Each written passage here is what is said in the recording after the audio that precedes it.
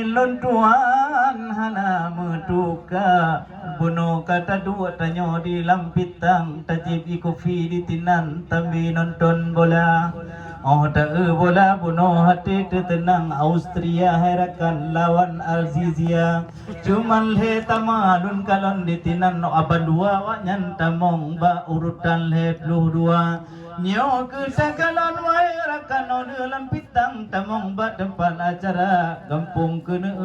ke depan ke tanyo tinggahan walaupun tikadar ta pegang haba bertenang hati karena dari yu awai nyo walid na tertayang ke telepon saya kepegahna acara di daerah Lampitang pukehna wate katanya yalut murtada menyualitna pesan tetap na wate ada ka awai go petente keno tetap lun pena maka uronyo bin hana lu lage getanyo hai tampe ta pegah haba tapu bacut erakan tampe lu yang pegah bak dayah tan metente masa depan hana nyo pelom kena pegah le urung lu tat melage le urung tude lu tat pegah ba di pegah bak dayah hana lu lage tingo hana metente hana meteme serjana jino kata cukup metente nyo tikula pi sampai di tinan tampo SMA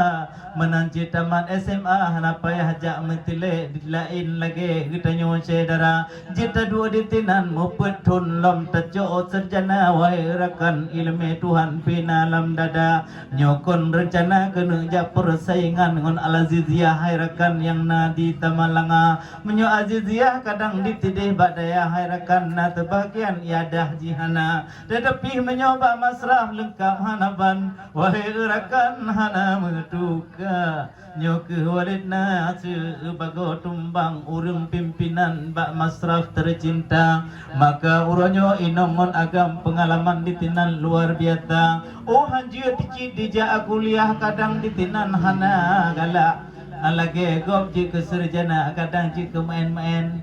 jitna ilmu pelara kameng di tinan pihna oh hai jit pelara kameng wahai erakan tambi tabut kitab jit getanyo berangkat lumo pih di tinan naga pelihara kiban cara sukses dalam keluargaan nyo ke bak pelara binatang nyo anjuran Sayyidina wate nabi dileta bohro gebrabe hai adao kibas-kibas di Arabia nyo ke ta ikut betaban talem tinaro pekeh katruh keno jameka teka alhamdulillah ayah kamu dapur siap jino